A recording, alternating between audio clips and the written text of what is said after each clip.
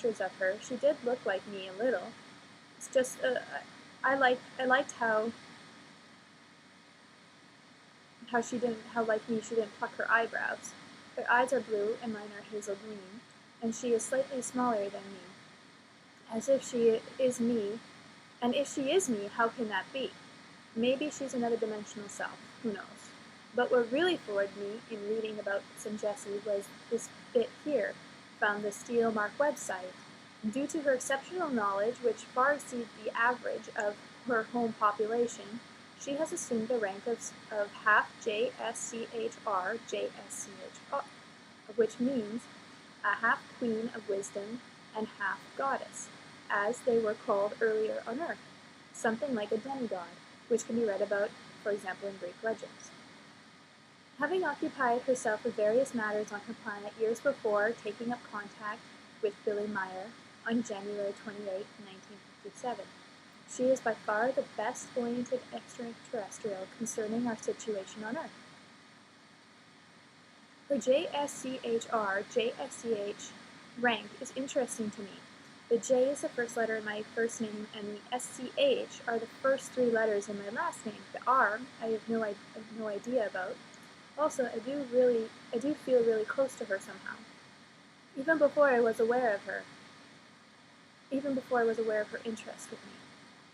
I also have memories of being in the Pleiades and occupying myself in the Akashic Record library before coming to the virtual reality program being conducted on Earth, learning about various matters on Earth. How come I studied and prepared to come here? I was working on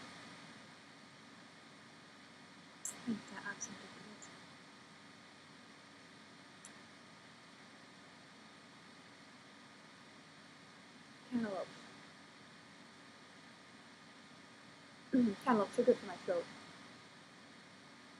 particularly when you're reading for long periods of time. Oh, how I studied and prepared to come here. I was working on other planets specifically so I could be of great help for Earth. I also remember visiting and living on the humanoid cat planet, which I wrote about in one of my blogs.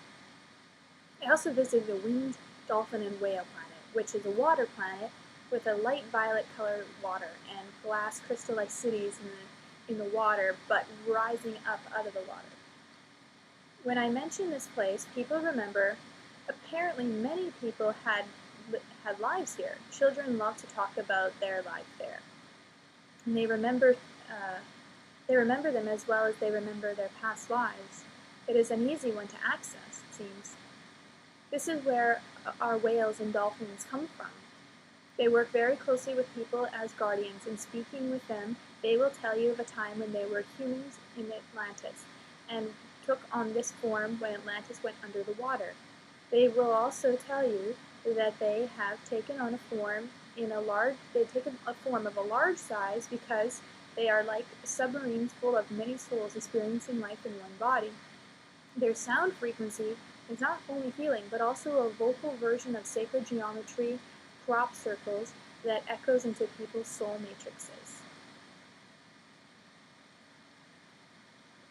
In my blogs, I speak more about meeting animals and talking with them about their home world and what they do there and how it ties into their purpose here.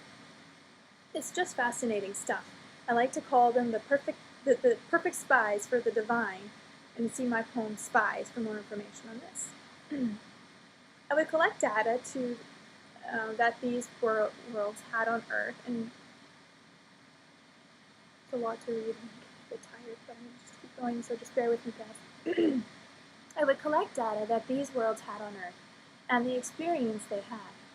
I was like the Little Mermaid, dreaming that I could one day be part of their world, wanting so badly to go there, but determined to set up a good awakening for me that would hold me in focus and dedication to my work here on Earth. That was really important to me, as so many people were struggling to remember here. There has been lots of talk about the whole Billy Meyer story is a hoax. I do not agree with that. I think it was real in the beginning, but as time went on, the ill intent ones worked hard to pollute the teachings and discredit Billy because they were afraid. Billy is still alive, and I have been asked by a friend who lives in Switzerland to see if I can meet him. if he would see me, even though he does not see anyone right now. But maybe that will change. Who knows? I asked Dad how he could speak with Sim Jessie. The only way to do it is to travel to the Dal universe. I was excited here because I was sure I had caught him in a lie, which he responded casually, I can. He went on, my link connection allows me to go and speak to anyone anywhere in the universe. My astral cord is not like the tape measure most people have that can only go as far as the moon and then snap back into the body. My dad seemed to really be able to travel anywhere. That was his mission, to be able to go there and bring it back here. I would ask him many questions, but then detach myself from it all.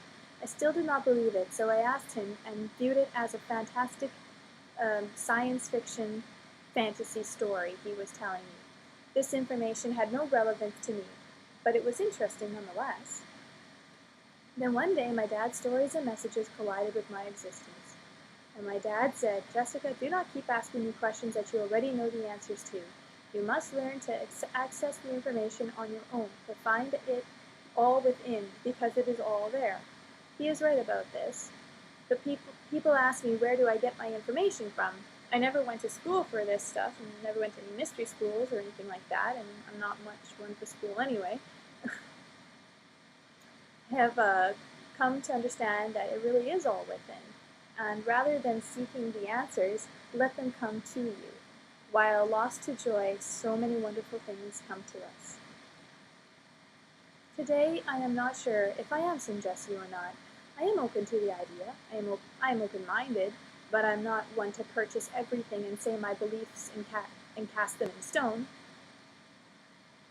I am flexible, and I share this because many think open-minded means open and believing in everything, but really, it means to be flexible. There are many lovely blonde girls claiming to be her, and that is fine. They can. I'm not sure if this is a David Wilcock, Edgar Casey thing. I am just sharing my thought process. I cannot even say I am Pleiadian at this time, but I do know that I have a strong affiliation with Sim Jessie and the Pleiadians, Pleiadians, for reasons I do not fully know yet. Perhaps they were appointed to get me started in all this. I have affiliations and connections with various other races as well. I work with each one representing a school of thought or a degree I can learn about and add to the bigger picture. Many people want to know who they are. I personally do not care about this because what I can do is more important to me. What does it really mean? So you're Pleiadian. So you're the Queen of Shiva. So what? How does this help me help others? We tend to get lost in our names and are too shocked by it to do anything. I have seen this often. And do not let who you are think. Do not let who you think you are stagnate you. Getting back to Sim Jessie, it is interesting. Her father is Ptah. Isn't that some Egyptian god, or perhaps another representative of an archetype? Is he the same Ptah of the overlapping of the time loop spiral, or was Ptah just a common name like Steve? Or has their reputation been poisoned? Or are the Pleiadians trying to redeem their mess up they did in Atlantis? Perhaps they are us in another name and form. My dad said to me that we are from the 11th dimension, but went back to the 3rd dimension to right a terrible wrong in order for us to get our creator diplomas. If I thought I spoke in coded riddles, it is nothing compared to my dad. I am only now beginning to understand what my dad was hinting at. What I wanted to clarify here is that just like I do not subscribe to any one faith, I like to see them all as tools to get to a greater truth that pushes me to explore more and more within me, or what one person holds in them. I also do not subscribe to any star race. For example, many people today saying, I am from Andromeda. I am from the Pleiades. I am from Arcturus, etc.